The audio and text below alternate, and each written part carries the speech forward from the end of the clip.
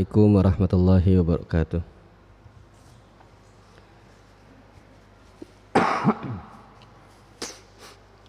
Innal hamdalillah nahmaduhu wa nasta'inuhu wa nastaghfiruh wa na'udzu billahi min syururi anfusina wa min sayyiati a'malina may yahdihillahu fala mudhillalah wa may yudlil fala hadiyalah.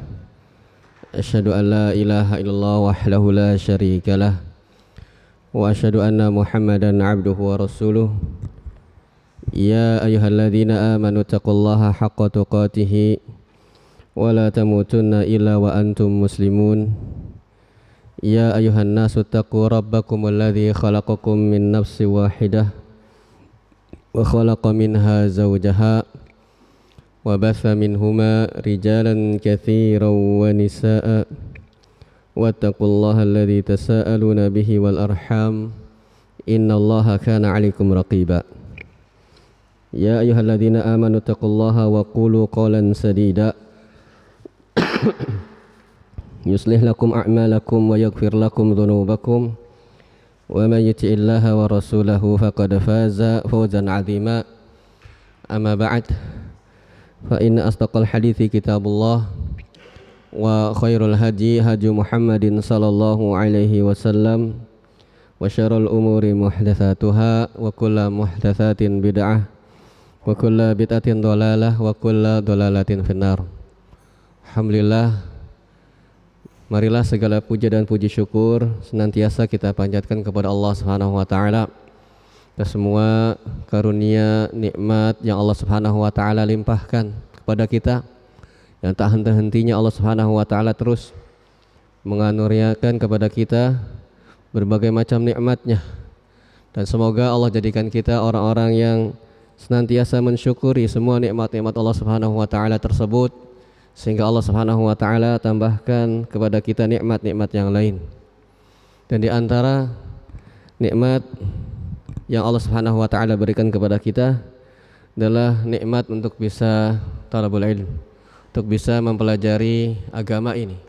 Sebuah nikmat yang sangat besar, karena tidaklah semua dari manusia Allah Subhanahu wa taala berikan hal ini, untuk bisa bersimpuh, duduk dalam rangka mempelajari agama Allah Subhanahu wa taala ini, mengisi hari-hari kita dengan tujuan diciptakannya semua kita ini adalah untuk beribadah kepada Allah Subhanahu wa taala. Nah, karena itu jamaah yang dirahmati Allah Subhanahu wa taala, nikmat untuk bisa mempelajari agama, untuk bisa belajar agama merupakan nikmat yang sangat besar. Ya.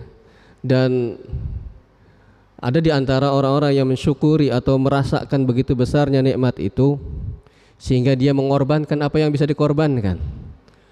Ya, mengorbankan pekerjaannya untuk bisa mempelajari agama Allah Subhanahu wa taala. Mengorbankan waktunya, mengorbankan hartanya.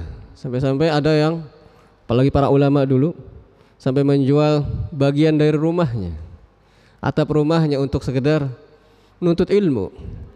Dan juga bisa kita dapat di jamaah yang dirahmati Allah Subhanahu wa taala, ada beberapa ustadz yang bahkan sudah memiliki dulunya pekerjaan yang tetap, yang mapan, kemudian memiliki tempat tinggal yang baik, dia jual rumah tinggalnya, rumahnya. Ini benar, ada. Dia jual rumahnya untuk dalam rangka belajar, modal dia belajar. Subhanallah. Adapun saya gitu ya, atau kita mungkin pengorbanannya belum seberapa, nggak sampai jual rumah untuk bisa belajar ya. Tinggal melangkahkan beberapa langkah kaki untuk menuju tempat-tempat atau majelis ilmu. Ada di antara ya para ikhwah, dan nyata itu ada yang menjual rumahnya, sampai dijual rumahnya untuk bisa belajar ke negeri yang jauh sebagai modal baginya. Pekerjaan yang mapan dia tinggalkan. Ya, sudah memiliki pekerjaan yang tetap, karyawan tetap, sebuah tempat ditinggalkan dalam rangka untuk belajar agama. Mungkin kita belum sampai sana pengorbanannya kan. Tapi jamaah yang dirahmati Allah Subhanahu wa taala, mereka merasakan kenapa? Karena begitu nikmatnya untuk bisa mempelajari ilmu. Semua yang bisa dikorbankan dia korbankan. Salawat dan salam semoga tercurah kepada Nabi kita Muhammad sallallahu alaihi wasallam, kepada istri-istri beliau, karib kerabat beliau, sahabat-sahabat beliau dan orang-orang yang mengikuti mereka dengan baik. Dan semoga Allah Subhanahu wa taala menjadikan kita orang-orang yang senantiasa mempelajari sunnah-sunnah beliau sallallahu alaihi wasallam, dan kita memohon kepada Allah agar Allah Subhanahu wa taala mudahkan kita, istiqomahkan kita di atas sunnah tersebut sampai Allah Subhanahu wa taala memanggil kita.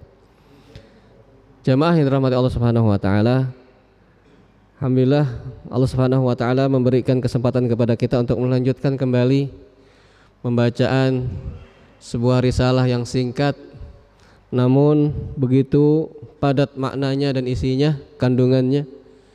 Itu risalah yang berjudul Salasatul Usul, ya, 3 landasan utama. Dan alhamdulillah kita diberikan kesempatan pula oleh Allah untuk sampai pada muqaddimah yang ketiga dari risalah beliau ini. Karena sebagaimana telah disampaikan pada pertemuan yang sebelumnya, bahwasanya muqaddimah dari kitab Salasatul Usul itu ada 3 muqaddimah, 3 buah pendahuluan yang ditulis oleh Syekh Muhammad bin Abdul Wahhab rahimahullahu ta'ala. Dan kita telah sampai pada muqaddimah yang ketiganya. Berkata qala al-musannifu rahimahullahu ta'ala, berkata penulis, semoga Allah Subhanahu wa taala merahmati beliau, i'lam, ketahuilah, arsyadakallahu li ta'atihi, semoga Allah Subhanahu wa taala membimbingmu dalam ketaatan kepadanya. Jemaah yang dirahmati Allah Subhanahu wa taala, di awal muqaddimah ini penulis rahimahullahu taala, sebagaimana pada muqaddimah sebelumnya juga, beliau mengatakan i'lam, ketahuilah. Dan sebagaimana kita ketahui atau telah disampaikan, apabila beliau mengatakan i'lam, ketahuilah, ilmuilah, maka setelah yang beliau katakan ini adalah merupakan perkara yang sangat penting. Oleh karena itu beliau rahimahullah ta'ala mengarahkan kita agar kita perhatian apa yang akan beliau katakan setelahnya, karena merupakan hal yang sangat penting. Arsyadakallahu li ta'atihi, semoga Allah Subhanahu wa taala membimbingmu untuk dalam ketaatan kepadanya. Dan ini pun doa yang disampaikan berulang-ulang kali oleh penulis rahimahullah ta'ala. Dalam muqaddimah beliau sebelumnya, beliau pun mendoakan sampai terus doa-doa beliau ini sampai kepada muqaddimah yang terakhir dari risalah ini pun beliau tetap mendoakan.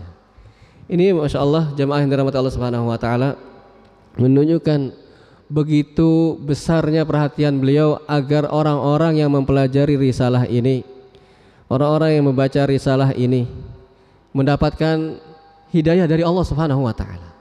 Dan bukan saja terbatas pada risalah Salasatul Usul saja, beliau memulai sebelum masuk kepada inti pembahasan dengan banyak doa. Merupakan kebiasaan beliau rahimahullah taala, menunjukkan begitu menginginkannya beliau orang yang mempelajari risalahnya itu mendapatkan hidayah dari Allah Subhanahu wa taala. Beliau doakan terus. Ya, ini belum masuk kepada risalah intinya, jamaah yang dirahmati Allah Subhanahu wa taala. Beliau telah mendoakan berulang-ulang kali. Kalau kita mau hitung ada berapa doa beliau di muqaddimahnya saja. Ada berapa jamaah? Dalam Salasatul Usul ada berapa doa? Yang di muqaddimah pertama ada doa tidak? Ada. I'lam rahimakallah di muqaddimah yang pertama. Ketahuilah semoga Allah merahmatimu. Ya, kemudian di muqaddimah yang kedua ada tidak doa? Ada. Sama, i'lam rahimakallah. Ketahuilah semoga Allah merahmatimu. Dan di muqaddimah ketiga pun beliau mendoakan kembali, i'lam arsyadakallah li ta'atihi. Semoga Allah membimbingmu untuk berada dalam ketaatan kepadanya. Sebelum masuk kepada inti risalahnya, beliau mendoakan sampai 3 kali. Orang yang mau membacanya, mempelajarinya, didoakan 3 kali dalam muqaddimahnya. Ya, ini jarang-jarang Bapak-bapak yang dirahmati Allah Subhanahu wa taala, enggak? Kita sering atau jarang mendengar seorang guru sebelum menyampaikan inti risalah, inti pengajarannya didoakan dulu. Kita sering dapati atau tidak Bapak-bapak? Sebelum guru mengajar nih. Semoga ya misalnya Pak Guru ya, anak-anak diberikan hidayah oleh Allah Subhanahu wa taala. Semoga anak-anak misalnya kepada anak muridnya diberikan kemudahan dalam memahaminya. Semoga ada yang begitu Bapak. Atau jarang kita dapati. Atau ada enggak kita pernah ketemu dengan seperti itu? Mungkin belum ketemu ya. Sebelum mulai ngajar ya didoakan berulang-ulang kali. Jarang sekali jamaah yang dirahmati Allah. Ini begitu menunjukkan memang rasa kasih sayang beliau, rasa ingin mendapatkan hidayah orang lain itu begitu besarnya perhatiannya. Sampai beliau sebelum inti dari pembahasannya saja sudah didoakan berulang-ulang kali, dan ini jarang. Ya, kita dapati. Bukan berarti tidak ada. Jarang didapati. Sering juga kalau kita dalam majelis-majelis para ulama jamaah yang dirahmati Allah Subhanahu wa taala, sering ya para ulama itu mengatakan barakallahu fik, rahimakallah, a'anakallah dalam pengajarannya berulang-ulang kali. Karena kasih sayang sang pengajar tersebut kepada para orang-orang yang mempelajari pelajaran-pelajarannya. Dan di ini juga jamaah yang dirahmati Allah Subhanahu wa taala menunjukkan kepada kita pula semangat agar orang lain itu mendapatkan hidayah Allah Subhanahu wa taala. Memiliki semangat agar kita itu mengajak orang lain kepada kebaikan. Di antaranya adalah dengan mendoakannya. Semoga dimudahkan urusannya, semoga dilancarkan keperluannya, semoga Bapak diberikan atau dijaga kesehatannya. Demikian jemaah yang dirahmati Allah Subhanahu wa taala. Ini adalah tauladan bagi kita untuk senantiasa memiliki perhatian kepada orang lain, mendapatkan kebaikan dari Allah Subhanahu wa taala, di antaranya bentuknya dengan doa. Ya, jadi jangan sayang-sayang Bapak-bapak yang dirahmati Allah kita mendoakan orang lain. Bagaimana Pak keadaannya? Alhamdulillah, semoga dijaga kesehatannya. Bagaimana Pak kabarnya? Alhamdulillah, semoga dimudahkan urusannya. Demikian jemaah yang dirahmati Allah Subhanahu wa taala, mencontoh para ulama dalam risalah-risalah mereka, dalam pengajaran-pengajaran mereka. Dan jemaah yang dirahmati Allah Subhanahu wa taala, sebagaimana telah kita berikan bocoran pada pertemuan sebelumnya, muqaddimah kita yang ketiga ini itu adalah mulai menyentuh kepada risalah Thalathatul Usul. Itu mengapa mempelajari tauhid itu sangat penting bagi kita. Ini beliau bahas dalam muqaddimahnya yang ketiga. Inti dari muqaddimah yang ketiga adalah kenapa kita harus mempelajari tauhid. Ya. Maka beliau mengatakan arsyadakallah li ta'atihi. Semoga Allah membimbingmu untuk berada dalam ketaatan kepadanya. Semoga arsyadakallah itu diambil dari kata ar-rushd. Ar-rushd. Ya. Ar-rushd itu Bapak-bapak yang dirahmati Allah, arsyadakallah adalah istiqomah ala tariqil haqq. Itu artinya kata ar-rushd. Dan dia adalah lawan dari al-ghoy. Al-ghoy yaitu kesesatan. Makanya ar-rushd sering diterjemahkan petunjuk. Ya. Qad tabayyana ar-rusydu minal ghoy. Telah jelas petunjuk dari ar-rushd, dari al-ghoy, dari kesesatan, dari penyimpangan. Maka ini doa dari muallif, dari penulis rahimahullahu taala kepada kita semua agar kita itu istiqomah di atas kebenaran. Jemaah yang dirahmati Allah Subhanahu wa taala, agar kita bersabar, ya, senantiasa berada dalam kebenaran. Dan telah kita bahas pada pertemuan sebelumnya tentang sabar. Sabar itu ada berapa macam jemaah? Masih lupa? Sabar ada berapa macam? Ada 4 atau 5?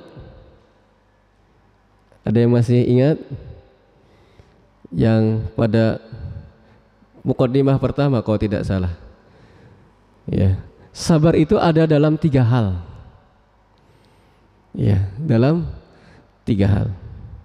As-sabru ala ta'atillah, bersabar untuk berada di atas ketaatan kepada Allah. Kemudian as-sabru, ya, ala tarkil maksiatillah, ya, bersabar untuk meninggalkan bermaksiat kepada Allah. Ya, yang ketiga as-sabru ala aqdarillah, bersabar dalam menerima takdir-takdir dari Allah Subhanahu wa taala. Untuk bisa berada dalam keistiqomahan, dalam kebenaran, itu perlu sabar jemaah. Ya. Karena jemaah yang dirahmati Allah Subhanahu wa taala, mungkin sekarang kita taat, sedang berada dalam ketaatan. Besok tidak ada yang bisa menjamin. Ya, lusa apalagi, minggu depan belum tentu, di akhir penghujung hayat kita apalagi jemaah.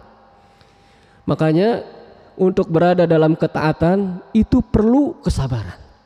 Sabar itu habsun nafs, menahan diri, ya, melawan diri kita untuk senantiasa berada, salah satunya adalah berada dalam kebenaran. Nah, ini didoakan oleh muallif rahimahullahu taala agar kita bisa istiqomah di atas kebenaran. Maka tidak ada jaminan, tidak ada bisa yang menjamin seorang pun, ya, bagaimana kedepannya nasib kita, apakah berada dalam ketaatan kepada Allah Subhanahu wa taala ataukah tidak. Oleh karena itu kita butuh kesabaran, butuh pertolongan dari Allah Subhanahu wa taala. Dan ini juga hikmah jamaah yang dirahmati Allah, tatkala kita bisa melakukan suatu ibadah, maka tidak boleh kita berbesar-besar diri, ya. Tidak boleh kita merasa sombong. Saya ibadahnya hebat, orang lain belum tentu kayak saya. Maka jamaah yang dirahmati Allah Subhanahu wa taala, kita bisa melakukan ibadah itu, kita bisa diberi ilmu ini, yang memiliki pemahaman tentang agama ini, itu karena kemudahan dari Allah Subhanahu wa taala. Bukan karena kita hebat.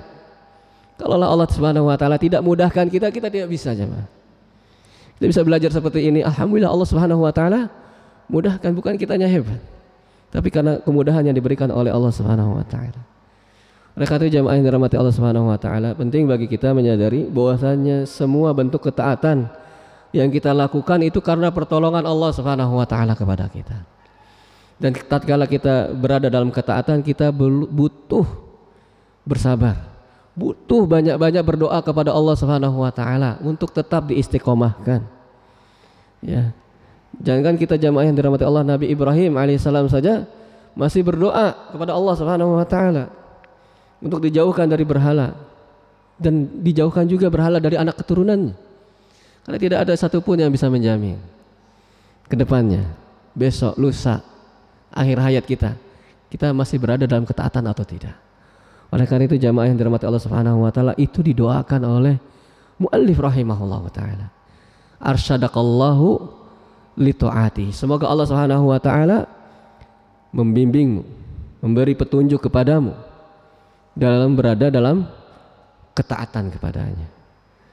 Dan taat jamaah yang dirahmati Allah, ini kan doa agar Allah membimbing kita dalam ketaatan kepadanya. Maka taat jamaah yang dirahmati Allah Subhanahu wa taala adalah muwafaqatu amri syara', adalah mencocoki perintah syariat ini.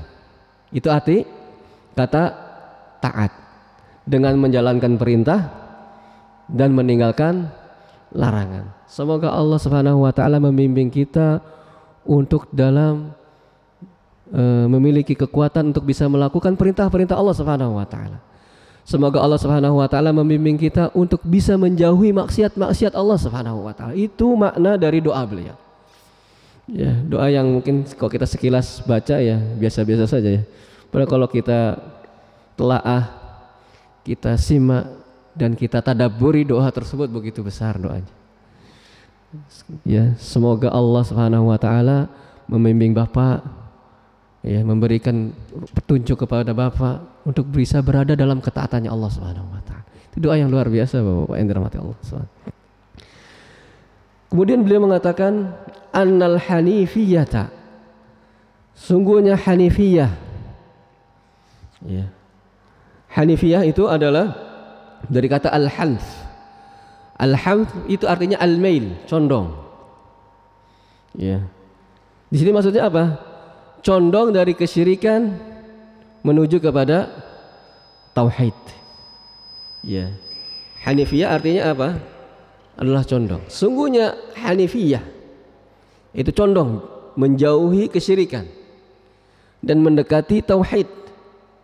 Ya, ada in anal hanifiyata millata Ibrahim, yaitu agamanya Nabi Ibrahim alaihissalam.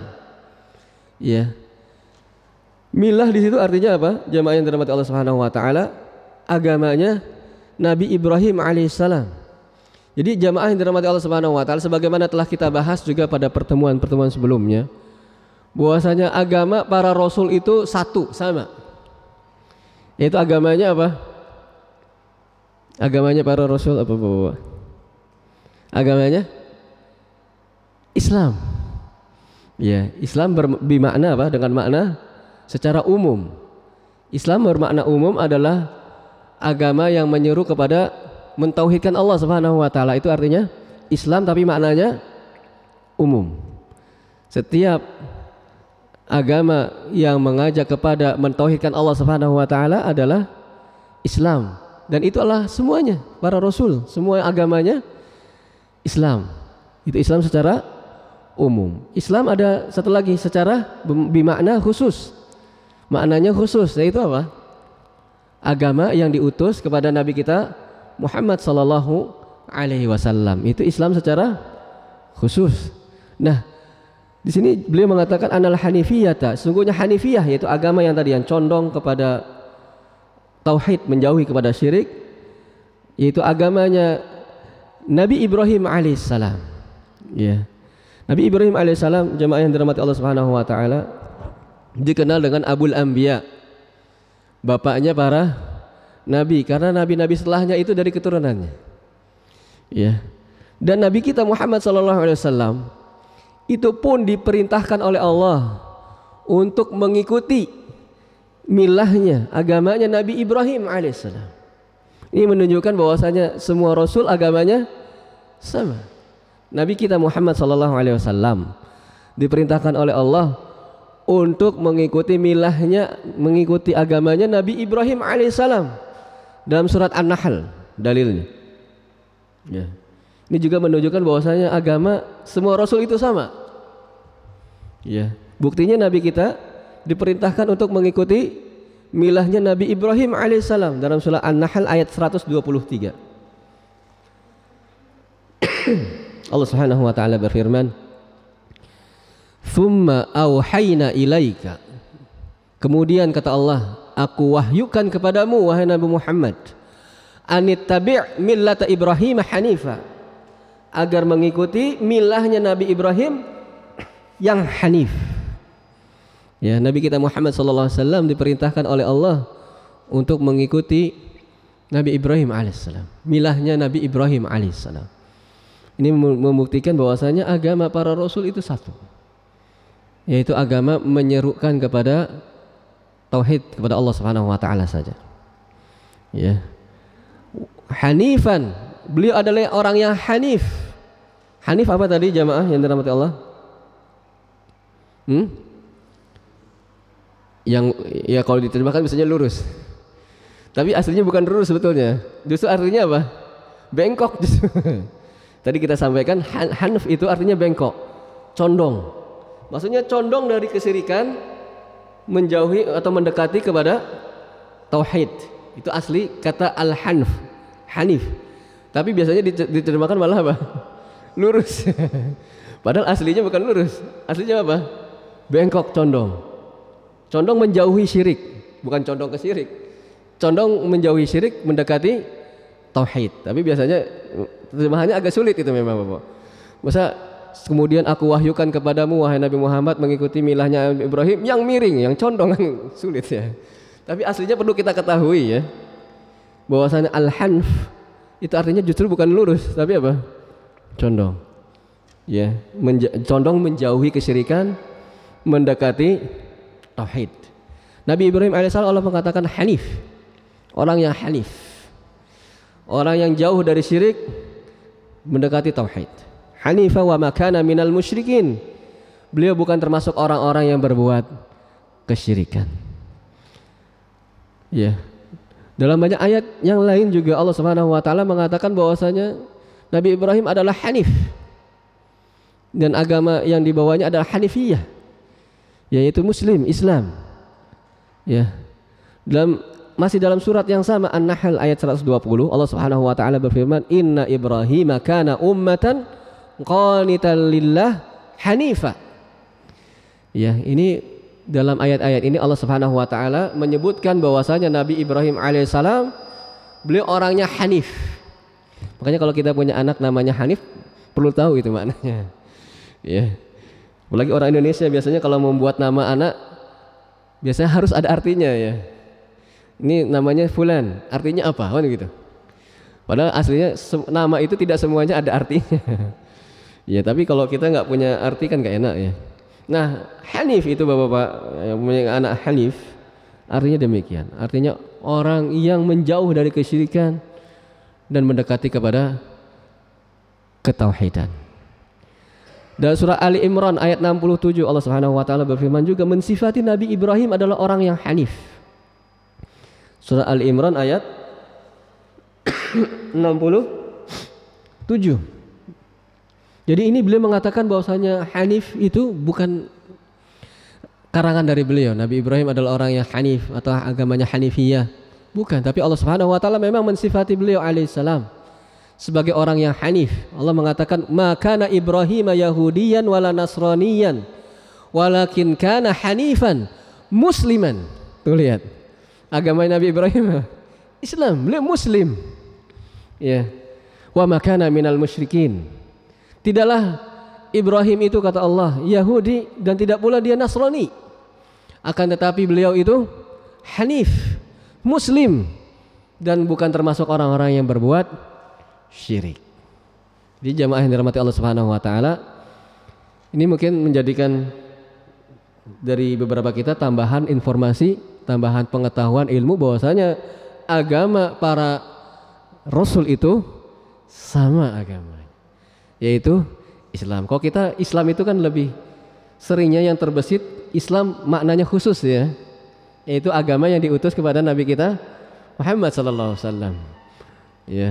Padahal Islam juga ada yang bermakna umum, yaitu agama yang menyeru kepada tauhid adalah Islam. Berarti agamanya para nabi dan rasul semuanya agamanya adalah Islam, begitu ya. Mungkin kita bingung kalau ditanya agamanya Nabi Isa apa, kan agamanya Nabi Musa apa, ya mungkin kita bingung. Kalau ditanya nabinya Muhammad agamanya baru jelas Islam. Padahal nabi-nabi sebelumnya pun menyuruhkan kepada tauhid kepada Allah Subhanahu wa taala. Walaqad ba'atsna fi kulli ummatin rasulan an ya'budullah wajtanibut taghut. Semua rasul begitu seruannya. Ya. Nah, annal hanifiyah millata Ibrahim. Sungguhnya hanifiyah agamanya Nabi Ibrahim. Nah, ini kalau kita ingin tahu inti agama dari Nabi Ibrahim alaihissalam maka ini. Dan bahkan bukan hanya Nabi Ibrahim alaihissalam, semua rasul. Kalau kita mau tahu inti dari agamanya apa, adalah sebagaimana yang beliau sampaikan. Ya. An ta'budallaha wahdahu. Engkau beribadah kepada Allah semata saja. Mukhlishan lahuddin, dengan keadaan mengikhlaskan agama ini hanya untuk Allah Subhanahu wa taala. Itu agamanya Nabi Ibrahim alaihissalam. Intinya. Dan juga agama-agamanya para rasul, intinya an ta'budallaha wahdahu mukhlishan lahuddin. Engkau beribadah kepada Allah saja semata. mukhlishan lahuddin, dengan mengikhlaskan agama ini hanya untuk Allah Subhanahu wa taala. Ya, ini adalah agamanya Nabi Ibrahim alaihissalam. Agama tauhid. Ya. Yang menyuruhkan kita agar beribadah kepada Allah Subhanahu wa taala. Subhanallah ya. Allah telah utus para rasul dari dulu, Bapak-bapak, agar menyeru manusia itu agar beribadah hanya kepada Allah Subhanahu wa taala. Sampai rasul yang terakhir pun seruannya sama.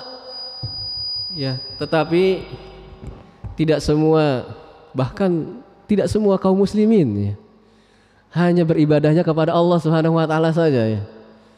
Ada yang beribadahnya kepada Allah, juga beribadah kepada selain Allah. Padahal para rasul semuanya seruannya itu agar mendakwahkan umatnya beribadah hanya kepada Allah Subhanahu wa taala saja. Itu inti dari tauhid. Gimana kalau beribadah kepada Allah kemudian beribadah kepada selain Allah? Maka itu hakikat kesyirikan. Kesyirikan yang ada di zamannya Rasul sallallahu alaihi wasallam, orang-orang kufar Quraisy, musyrikin itu ya, mereka penginnya beribadah kepada Allah juga beribadah kepada selain Allah Subhanahu wa taala. Itu yang mereka lakukan.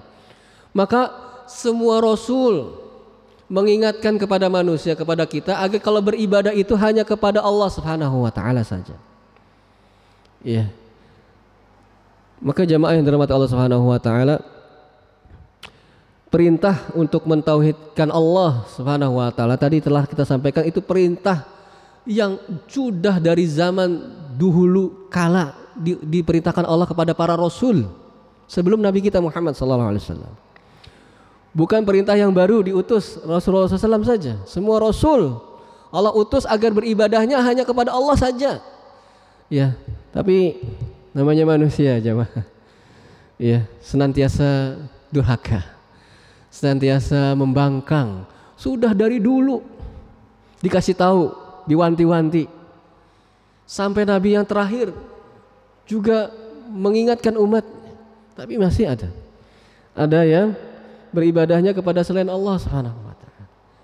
Maka jamaah yang dirahmati Allah Subhanahu wa taala, itu penting kita untuk mempelajari tauhid ini agar mengingatkan kita, anak istri kita, saudara-saudara kita, bahwasanya perkara tauhid bukan perkara yang remeh. Ya, kalau kita sering ya belajar tauhid terus, ya kapan majunya begitu. Subhanallah. Ya, apalah gunanya kemajuan ditinjau dari sisi duniawi ya, apabila tujuan dari diciptakan dirinya saja dia rusak agar beribadah kepada Allah Subhanahu wa taala saja. Apa gunanya?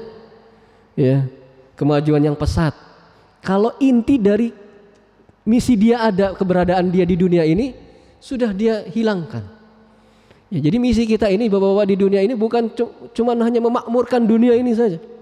Justru inti nanti sebagaimana yang beliau akan sampaikan, inti keberadaan kita ini hanya untuk beribadah kepada Allah Subhanahu wa taala saja. Itu intinya. Itu kesuksesan seseorang. Ya, orang yang sukses itu jamaah yang dirahmati Allah, yang bisa beribadah kepada Allah Subhanahu wa taala saja. Itu orang yang sukses dia. Sampai Allah Subhanahu wa taala memanggilnya. Ya. Nah, itu adalah milahnya Nabi Ibrahim alaihissalam dan semua para rasul adalah beribadah kepada Allah Subhanahu wa taala saja, dengan mengikhlaskan agama ini hanya untuk Allah Subhanahu wa taala. Ya. Allah Subhanahu wa taala banyak memerintahkan kita jamaah untuk kita mentauhidkan Allah Subhanahu wa taala. Ya, sebelum kita lanjutkan, sebagaimana telah kita sampaikan juga ya. Ya. Tauhid itu jamaah yang dirahmati Allah Subhanahu wa taala, yang dimaksud dengan tauhid adalah apa? Secara bahasa menjadikan segala sesuatu itu satu, itu namanya tauhid. Dari wahada yuwahidu tauhidan. Kalau ada beberapa benda kita gabungkan jadi satu, secara bahasa kita telah mentauhidkan benda tersebut. Ya, demikian pula sesembahan, sesuatu yang diibadahi. Tatkala kita hanya jadikan satu saja ibadah itu, tidak kepada yang lain, maka itu artinya kita telah mentauhidkan yang kita ibadahi. Ya. Dan perkara tauhid Bapak-bapak yang dirahmati Allah Subhanahu wa taala itu diperintahkan dalam banyak Al-Qur'an. Bahkan Al-Qur'an itu juga kalau mau diperas Bapak-bapak ibaratnya ya. Itu intinya perasannya itu intisarinya adalah tauhid kepada Allah Subhanahu wa taala. Allah Subhanahu wa taala berfirman dalam banyak ayat dalam surah Al-Isra ayat 23 Allah Subhanahu wa taala berfirman wa qada rabbuka alla ta'budu illa iyyah. Ya Allah telah mewajibkan, menetapkan, Rabbmu telah menetapkan, telah mewajibkan, janganlah kalian itu beribadah melainkan hanya kepadanya saja. Ya. Banyak ayat itu jamaah yang dirahmati Allah. Allah perintahkan kita beribadah kepada Allah dan Allah larang kita untuk melakukan peribadahan kepada selain Allah Subhanahu wa taala. Ya. Kemudian dalam surat yang sering kita baca ya. Atau sering kita dengar dalam sholat. Surat apa? Al-Fatihah tentu saja. Iyyaka na'budu wa iyyaka nasta'in, hanya kepada Engkaulah ya Allah, cuman hanya kepadamu ya Allah, tidak kepada yang lain. Na'budu, kami beribadah ya, dan hanya kepadamu kami mohon pertolongan. Ya kalau kita belajar bahasa Arab itu Bapak, iyyaka na'budu, kita tahu itu bahwasanya Allah membatasi peribadahan itu hanya kepada Allah Subhanahu wa taala saja. Karena biasanya struktur bahasa Arab itu ya, dia kata kerja, kemudian pelaku, baru objek, itu standarnya. Ya, kata kerja, pelakunya, kemudian apa? Objek. Sebagaimana kita juga begitu ya. Ya. Misalnya saya membaca buku. Saya ada kata kerjanya membaca, saya yang pelakunya, buku objeknya. Tapi dalam ayat itu, dalam surah Al-Fatihah, objeknya didahulukan daripada kata kerjanya dan juga pelakunya. Iyyaka na'budu, hanya kepadamu, itu kan objeknya tuh. Yang seharusnya standarnya atau biasanya kalimat standarnya kami beribadah kepadamu kan gitu. Standar kalimatnya kan. Tapi ini di lafaz dalam Al-Qur'an itu begitu telitinya jemaah.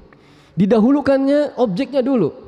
Hanya kepadamu kami beribadah. Ketahui Bapak-bapak yang dirahmati Allah Subhanahu wa taala, ada kaidah ya. Kaidah yang berbunyi taqdimu ma haqquhu ta'khir yufidul hasr. Mendahulukan sesuatu yang letaknya di belakang itu berfungsi pembatasan. Ya, mendahulukan sesuatu yang seharusnya dia letaknya di belakang, tapi diduluin. Itu punya faidah, punya fungsi. Fungsinya adalah pembatasan.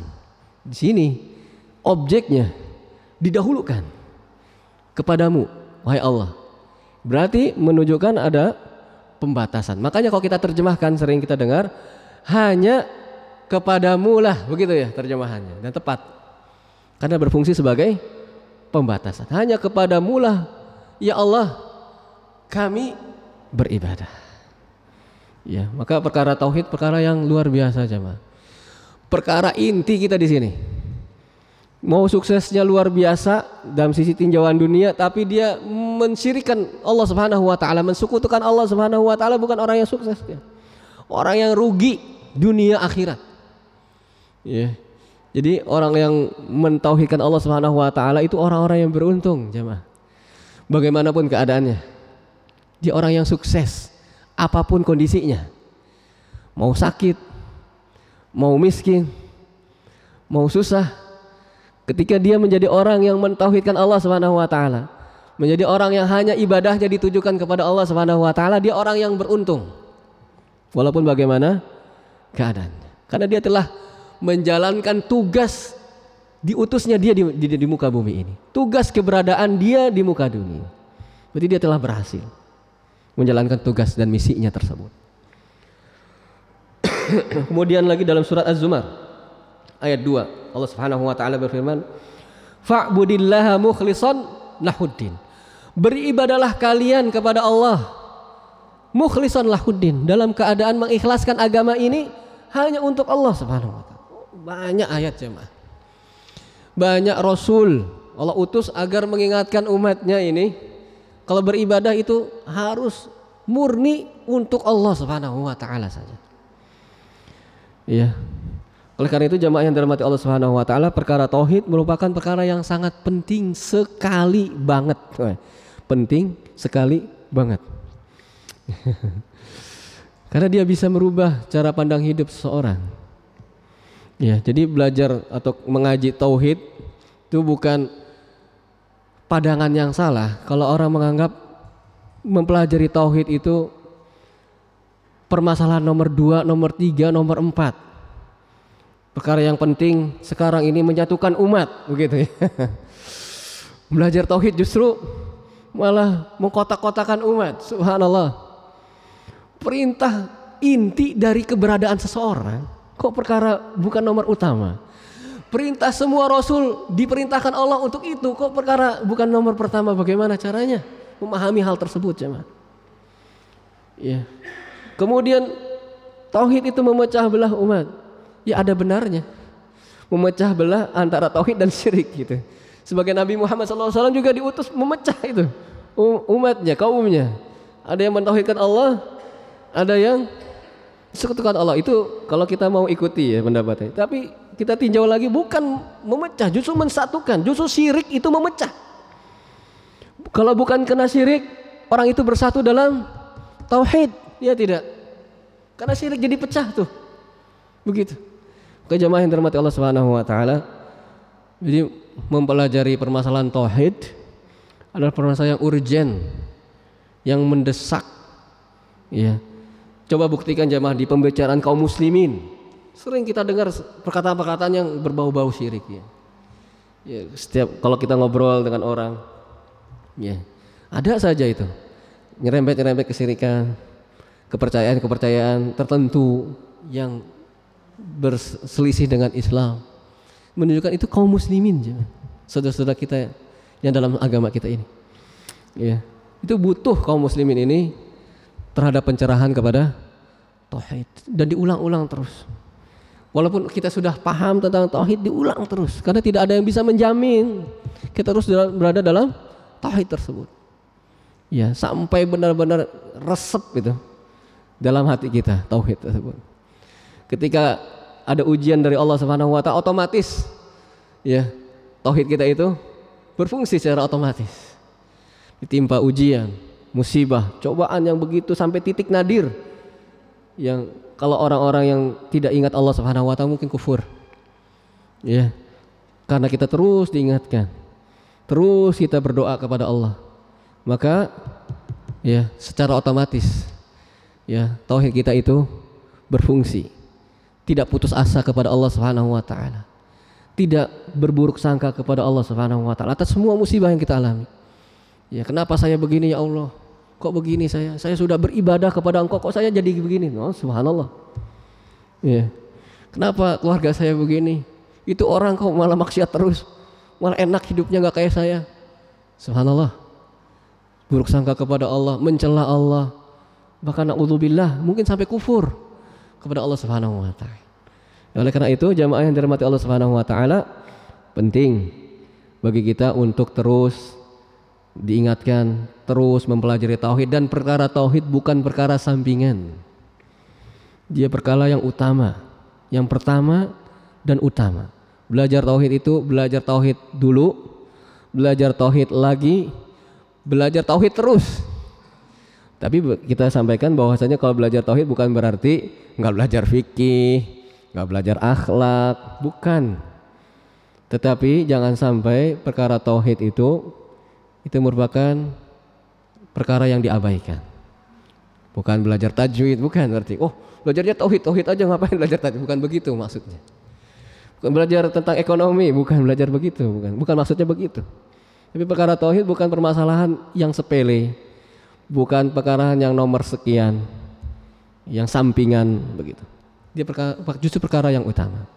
Belajar tauhid dulu, belajar tauhid lagi, belajar tauhid terus. Ya, sambil belajar yang lain. Begitu ya. Kemudian jamaah yang dirahmati Allah, wa bidzalika amarallahu jami'an nas wa khalaqahum laha. Dengan hal itulah, dengan tauhid tadi, agar kita beribadah kepada Allah saja, Allah itu memerintahkan semua manusia. Itu perintah Allah Subhanahu wa taala kepada semua manusia. Perintahnya agar kita ini, semuanya kita ini beribadah kepada Allah Subhanahu wa taala saja. Dan oleh karena itu juga Allah Subhanahu wa taala menciptakan kita. Iya.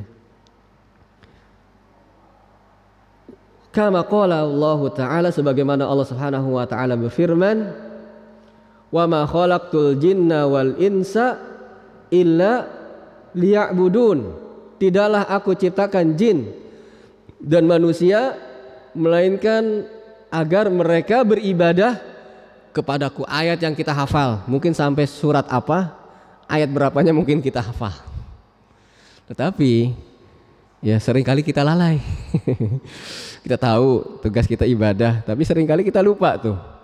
Ya, ternyata kita terhanyut dalam kehidupan dunia ini. Ya, ternyata angan-angan kita itu melampaui dari misi kita, keberadaan kita di dunia ini. Ya seringnya begitu ya. Ya sering kita kali menganggap hidup itu, atau beberapa orang, ya semoga Allah memberi hidayah kepada mereka, menganggap hidup itu ya cuman kerja pagi pulang malam, besoknya gitu lagi. Itu hidup. Ya, apa arti hidup? Ya hidup itu saya kerja pagi, berangkat habis subuh, pulang habis isya. Pergi gelap, pulang gelap. Ya. Hari Minggu istirahat gitu ya, nggak ngaji misalnya. Ya, kenapa istirahat? Agar Seninnya begitu lagi. Itu makna hidup bagi dirinya. Hidup itu ya begitu. Ada juga hidup itu ya kecil, muda, dewasa, tua, punya cucu misalnya, meninggal, itu hidup. Subhanallah ya. Ada juga yang hidup itu gimana? Sekolah, SD, SMP, SMA, kuliah, kerja. Arti hidup. Ya, padahal tujuan hidup itu bukan itu. Mungkin kita hafal ayatnya, mungkin orang yang melakukan itu tahu ayatnya, ayat berapa, surat apa. Itu bukti Bapak-bapak, sesuatu yang telah kita ketahui seringkali kita lalai. Ya, sama tauhid juga gitu. Tujuan kita diciptakan Allah untuk bertauhid, iya, tapi seringkali kita lalai itu, sering lupa. Jangankan sehari dua hari, habis ngaji lupa karena seringnya. Ya, bubar pengajian lupa lagi. Oleh karena itu jamaah yang dirahmati Allah, penting majelis-majelis ilmu itu untuk terus kita diingatkan. Lalai, diingatkan lagi. Lalai, ingatkan lagi. Terus on the track katanya, tetap pada jalurnya, gitu. Wa ma khalaqtul jinna wal insa illa liya'budun. Tidaklah aku ciptakan jin dan manusia melainkan untuk beribadah kepadaku. Lalu tauhidnya mana? Yang pertama kali masuk dalam makna ibadah adalah tentu tauhid. Karena ibadah tidak akan bermakna, tidak akan sah suatu ibadah tanpa diiringi dengan tauhid. Percuma ibadah kalau tidak ditujukan hanya kepada Allah Subhanahu, tidak ada tauhid, percuma. Ada orang misalnya puasanya hampir mungkin sering puasa ya, puasa Senin Kamis ya, bahkan puasa Daud mungkin ya, siangnya puasa kebanyakan dari siang harinya puasa, kebanyakan malamnya tahajud misalnya, sedikit tidurnya, kemudian berbuat syirik, tidak bermanfaat. Betul Bapak-bapak, tidak bermanfaat puasanya, tidak bermanfaat tahajudnya. Masa sih? Kan ibadah hebat itu ibadahnya. Tidak, percuma. Allah Subhanahu wa taala berfirman, la in asyrakta la yahbatanna amaluka wa la takunanna minal khasirin. Ayat apa itu ya? Sebentar. Saya lupa ayat suratnya. Ya, la in asyrakta, siapa yang hafal? La yahbatanna, la in asyrakta Rokta. Surat Az-Zumar Bapak-bapak, ayat 65. Ya, Walaqad uhiya ilaika wa ilal ladina min qablika, telah aku wahyukan kepada, kata Allah, kepadamu dan kepada orang yang sebelummu wahai Nabi Muhammad, kepadamu dan orang sebelummu. La in asyrakta, seandainya engkau, pada Nabi Muhammad itu, berbuat syirik, la yahbatanna amaluka, pasti benar-benar hapus gugur amalanmu. Ya, itu ada penguatnya itu la. Kalau kita belajar bahasa Arab, la itu taukid, penguat, nunnya taukid lagi, dua penguat, benar, sungguh begitu, akan gugur, akan hapus amalanmu. Wala takunanna minal khasirin, dan engkau benar-benar sungguh termasuk orang-orang yang merugi. Ya, percuma beribadah kalau dia mensekutukan Allah Subhanahu wa taala. Oleh karena itu penting jamaah yang dirahmati Allah Subhanahu wa taala. Perkara tauhid perkara yang sangat benar penting sekali. Ya, benar. Ya, tidak akan berguna ibadah yang dilakukan seumur-umur. Ya, kalau tidak ada tauhid, kalau berbuat syirik, melakukan lawan dari tauhid tersebut. Kemudian jamaah yang dirahmati Allah Subhanahu wa taala,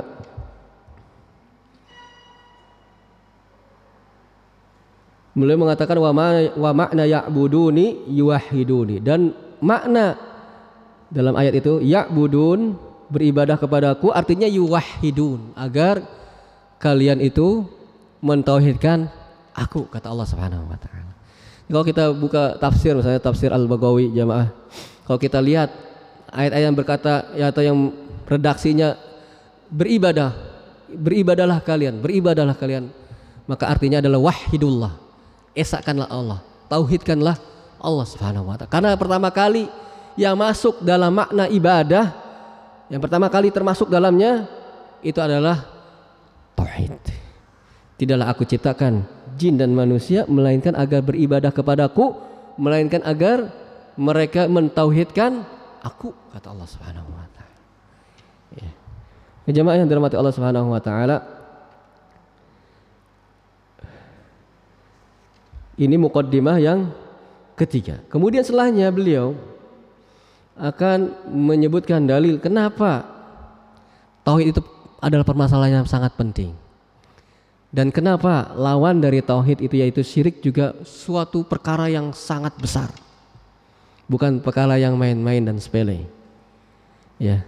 Insya Allah kita akan membahasnya pada tahun depan ya. Pada tahun yang akan datang. Insya Allah Ta'ala, saya kira akan selesai muqaddimah ketiga ini pada satu pertemuan. Ya qadarullah. Ya, agak sedikit ya. Setelahnya ini saya kasih bocoran lagi ya. Ya, kayak kajian kemarin kasih bocoran yang sekarang. Sekarang kasih, insya Allah kasih bocoran yang untuk yang akan datang.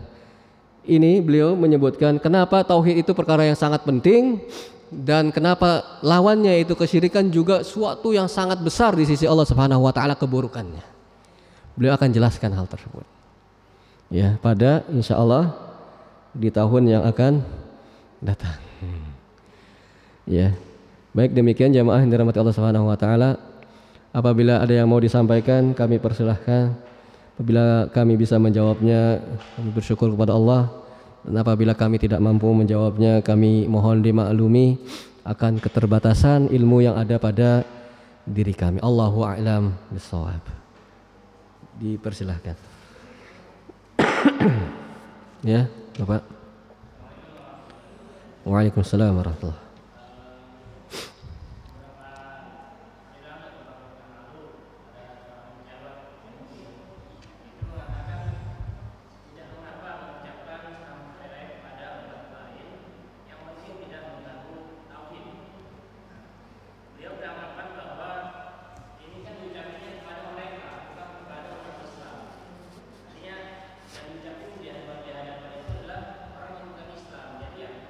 Hanya lisan aja yang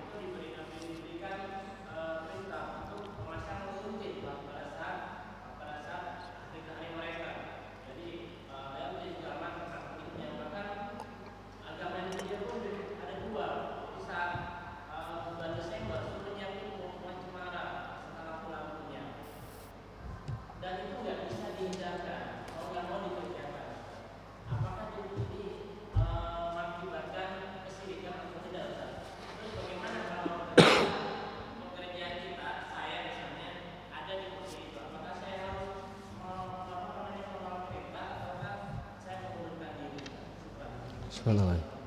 Waalaikumsalam. Kalau agamanya bosnya itu apa sebetulnya? Agama bosnya itu apa? Musyrik. Bosnya. Tadi kan yang agamanya ada dua tuh. Kalau agama sebenarnya apa dia?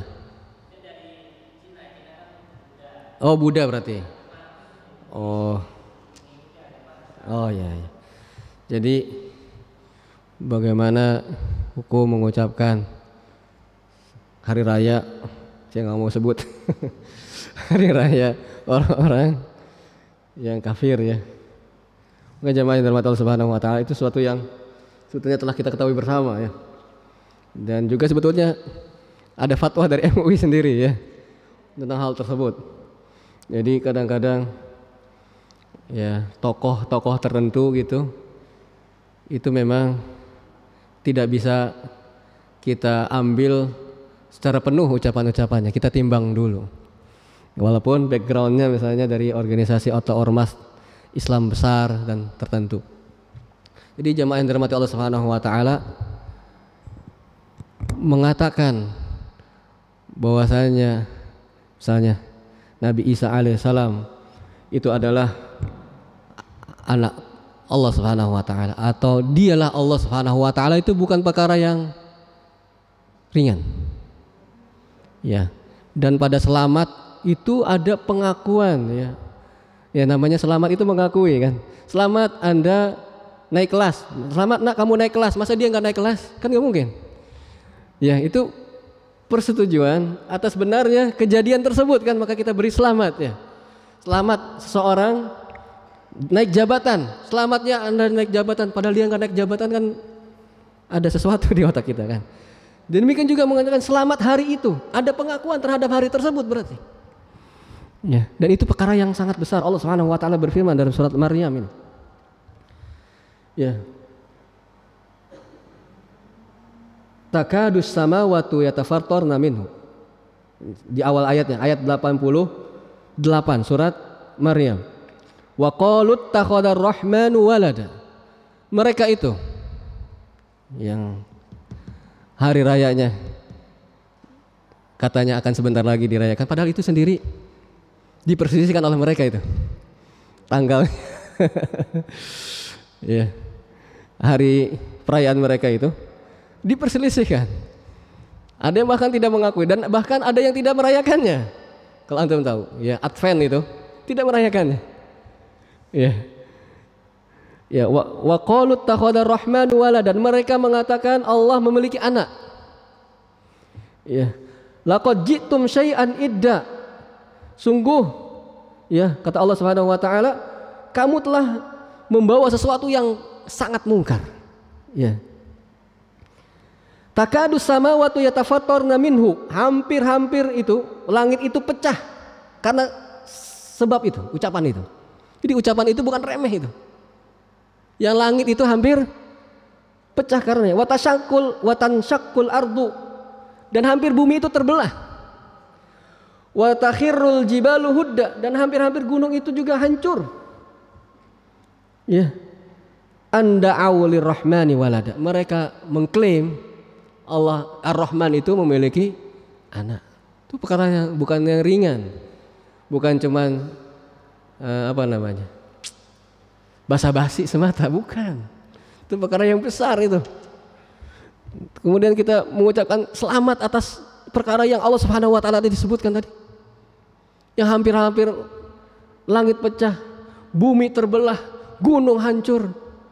Kemudian perkara yang biasa-biasa saja, cuman lip service saja, yang basa-basi saja. Maka tidak dilakukan hal tersebut. Dan mereka juga kok nggak minta-minta kita orang muslim itu mengucapkan hal itu kok kayaknya semangat sekali ya, yang muslimnya pengen agar muslim yang lain mengucapkannya. Mereka juga nggak minta-minta kok. Ya, nggak ngarep-ngarep. Kok ada yang muslim begitu bersemangatnya agar mengajak yang seagama dengannya untuk mengucapkannya. Mereka saja nggak ngarep-ngarep banget, serahkan gitu. Maka jamaah yang dirahmati Allah Subhanahu wa taala, setiap ucapan itu punya konsekuensi. Semua ucapan kita, dan akan dimintai pertanggungjawabannya. Yaitu dosa besar. Seandainya dia tidak mengakui dalam hatinya, ya saya mah Allah Subhanahu wa taala saja.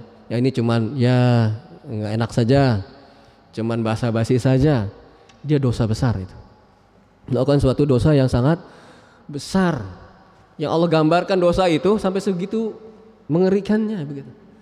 Seandainya kita tahu betapa besarnya dosa itu, nih langit itu hampir pecah. Omongan kayak gitu tuh hampir menyebabkan langit pecah. Menyebabkan bumi ini terbelah hampir-hampir. Ya, itu dahsyatnya ucapan tersebut. Jadi tidak dilakukan oleh seorang yang beriman. Ya. Dan bukan berarti ya kemarin kita sampaikan ya tentang berlepas al-wala wal barok kita. Kita berlepas diri dari semua bentuk-bentuk yang berselisih dengan syariat kita. Di antaranya tadi ucapan tadi.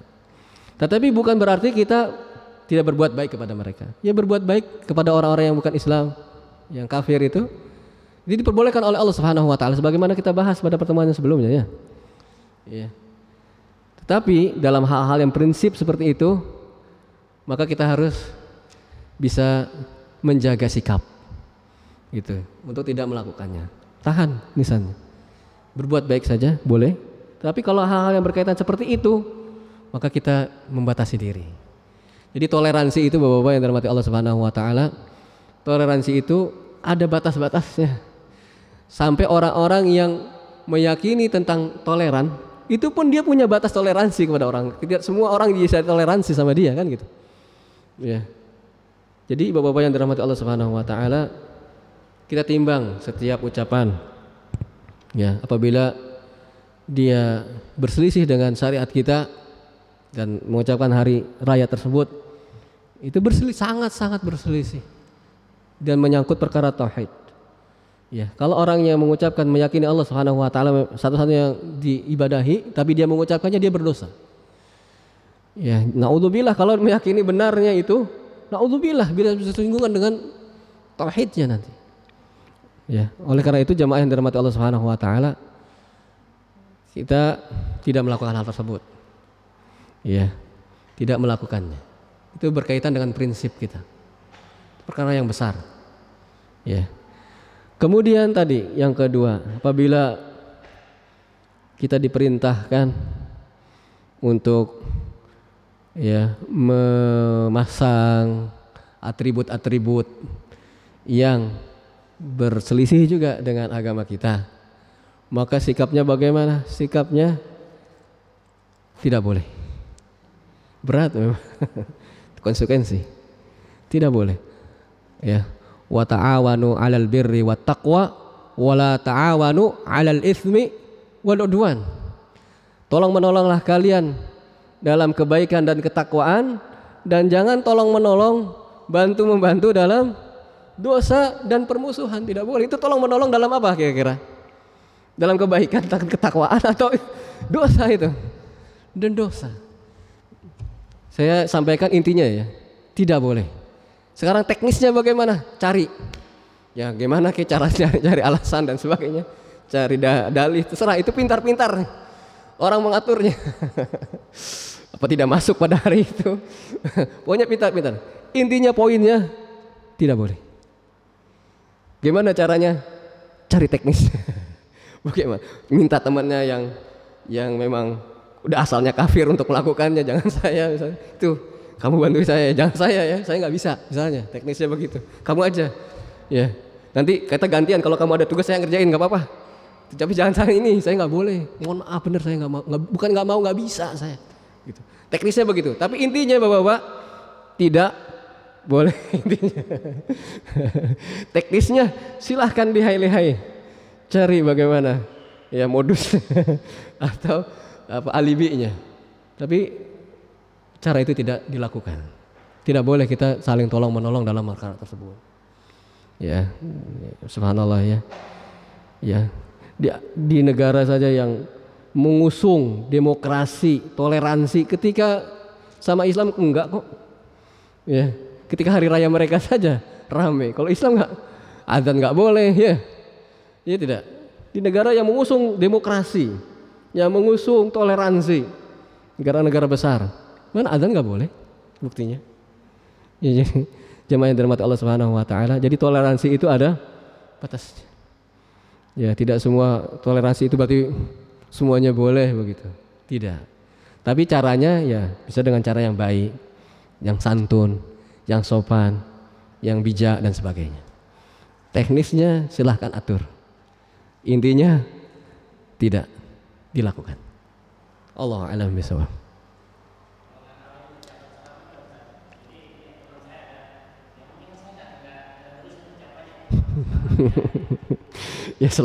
Ya ya paling sedikit hukumnya apa? Syubhat paling sedikit. Karena walaupun dia ucapkan selamat tapi momennya sudah diketahui bersama momennya apa gitu loh. Selamat ya kan saya, tapi momennya itu. Ya orang pasti tertujunya ke situ selamatnya gitu ya. Ya, paling minim hukumnya syubhat itu. Paling minim. Ya, oleh karena itu tidak dilakukan, enggak usah. Ya, berbaik aja, senyum saja, tanya kabar saja, tidak melakukan hal itu. Ya berbuat baik bagaimana caranya. Dan kalau memang sudah kenal, ya sudah tahu, dan mereka insya Allah tahu kok. Ya, kita itu tidak boleh mengucapkannya. Ya. Tapi yang anehnya itu loh, sebagian kaum muslimin yang begitu ambisiusnya itu loh, itu yang masalahnya. Mereka sih sudah tahu, dan kalau nggak ada orang-orang ini nggak masalah itu sebenarnya. Karena begitu menggebu-gebunya orang-orang ini mengajak agar kita mengucapkan juga, itu yang jadi masalah itu justru. Ya, kalau mereka sendiri sih enggak. Ya, setahu saya. Ya, bapak-bapak, setahu bapak-bapak gitu enggak? Mengharap-ngarap gitu agar kita mengucapkan selamat juga enggak kan? Kita juga ke hari raya juga enggak ngarep-ngarep kok. Mereka mengucapkan hari raya kepada kita kan gitu ya. Demikian. Jadi jamaah yang dirahmati Allah Subhanahu wa taala, intinya itu perkara yang besar, dan mengatakan ucapan-ucapan itu punya konsekuensi. Innal abda la yatakallam bi kalimah min sakhatillah la yulqi laha balan. Ada seorang hamba yang mengucapkan suatu kata-kata yang mengundang kemurkaan Allah Subhanahu wa taala. Dia tidak terlalu tidak terlalu memperhatikan apa yang diucapkan. Yahwi biha fi nari jahannam, menyebabkan dia tersungkur ke dalam neraka jahanam. Jadi ucapan itu punya konsekuensi, bukan sekedar ucapan. Ma yalfidhu min qaulin illa ladaihi raqibun atid. Tidaklah sesuatu yang diucapkan oleh seorang itu melainkan ada raqib yang mengawasinya, dan atid yang selalu hadir. Ya. Jadi punya konsekuensi sebuah ucapan, bukan lip service, bukan basa-basi. Ya, ada perkataan-perkataan yang tidak seperti itu. Di antaranya itu ucapan selamat. Ya. Jadi jamaah yang dirahmati Allah Subhanahu wa taala, kita tidak mengucapkan dan tidak membantu untuk memfasilitasi, memeriahkan, memasang atribut dan sebagainya yang mendukung tentang hal tersebut. Allahu a'lam bishawab. Berat, ya, tapi itu punya konsekuensi kita. Itu konsekuensi keimanan kita. Ya, berat tetapi harus dilaksanakan. Ya, caranya silahkan dipilah dan pilih yang bijak bagaimana, yang strategis bagaimana langkahnya. Tapi poinnya tidak kita lakukan hal tersebut. Allahu a'lam bishawab. Subhanakallahumma bihamdika asyhadu an la ilaha illa anta astaghfiruka wa atubu ilaik. Assalamualaikum warahmatullahi wabarakatuh.